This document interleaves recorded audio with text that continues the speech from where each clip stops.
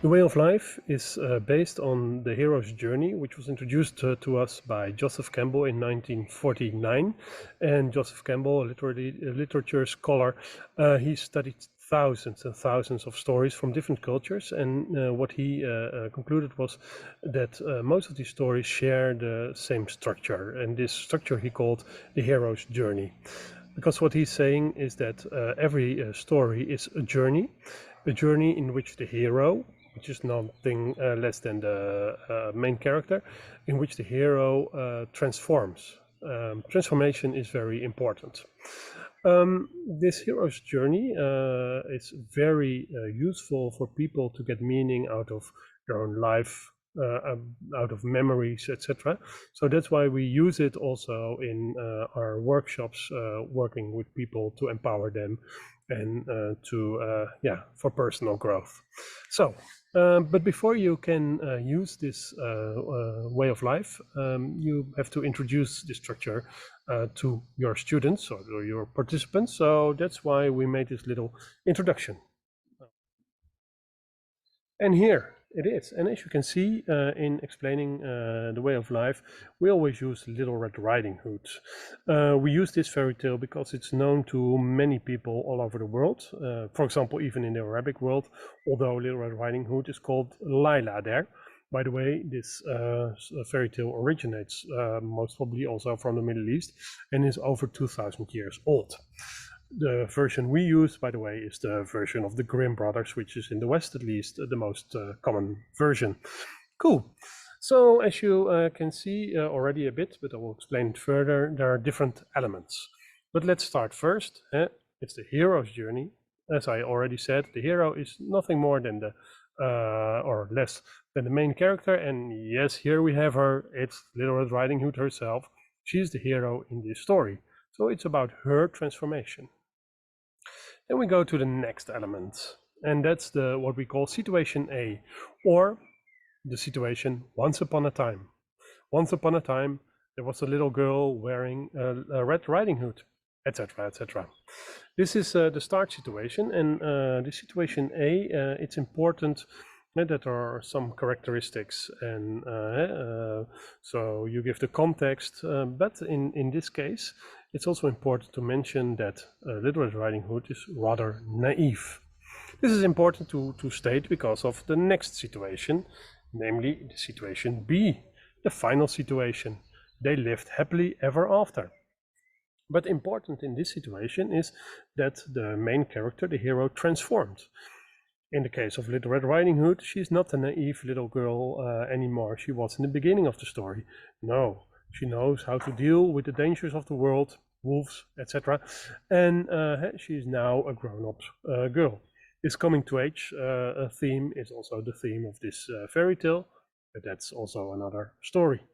Cool. We go to the next element, the reason to go on the journey. That's why what we call the trigger, or sometimes you can say the one day. Little Red Riding Hood was playing with her toys, wearing a Red Riding Hood, was at home, etc., etc.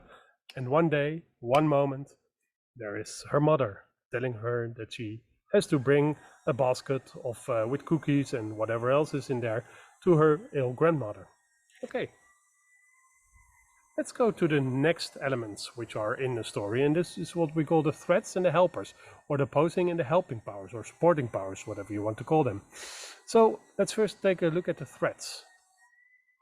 The wolf and the flowers. The flowers are the reason for Little Red Riding Hood to go off the path.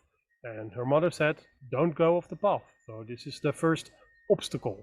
But the main obstacle is, of course, the wolf. You will see these are the very important elements in a story, because they make the story exciting. But then, of course, there's also the helper. And the helper supports the main character to at least reach situation B in a good way. It's sometimes also called a mentor. Important is that these threats and these helpers, or this supporting and opposing powers, are not only there to make the story exciting. They are also enabling the hero to come to this transformation, because without the helpers and the threats, Little Red Riding Hood would just go to grandmother, give the basket with cookies and say, "Hi grandmother," and that's not a story. No insight was gained. So this is very important to deal, and this is very good in the meaning making process. So this is what we use, enabling participants to get meaning out of their own story. After explaining this hero's journey structure to the participants, you can invite them to use this structure themselves to structurize their own life story or memories they have. Of course, sometimes it's important to trigger memories, and there are several memory triggering exercises available, and you can find them all everywhere on the internet. Anyway, in order to use this structure, it's also possible to ask some questions for every element, every phase in the structure. You might still recognize the different phases. That's what I just explained to you. So, but then you can add some, invite the participants to really write down, to describe situation A, to describe the trigger, to describe the journey, so the supportive and the opposing powers, and the situation B, using, for example, these questions. What was the moment your story began? Who were with you? And these questions are really meant for to get the participants really into the story. So here you have the story, the questions for the trigger. And indeed, the questions for the supportive powers, describe them, because then they get meaning. And the same counts for the opposing powers.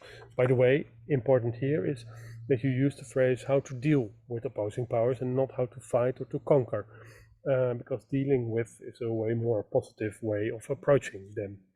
And then, of course, last but not least, you have the situation B. Describe the situation B. And here, absolutely add the question, what did the journey taught you? What insights did you get? What transformation did you went through? And because that's what it's all about. So please use these questions, which are, by the way, also described in our handbook, in order to use this exercise. And I'm rather sure that you will, first of all, get beautiful stories, but most of all, the participants will get a lot of meaning for themselves out of these stories. And this meaning is necessary to build a foundation, a narrative foundation for their lives, etc. And this will contribute to their mental resilience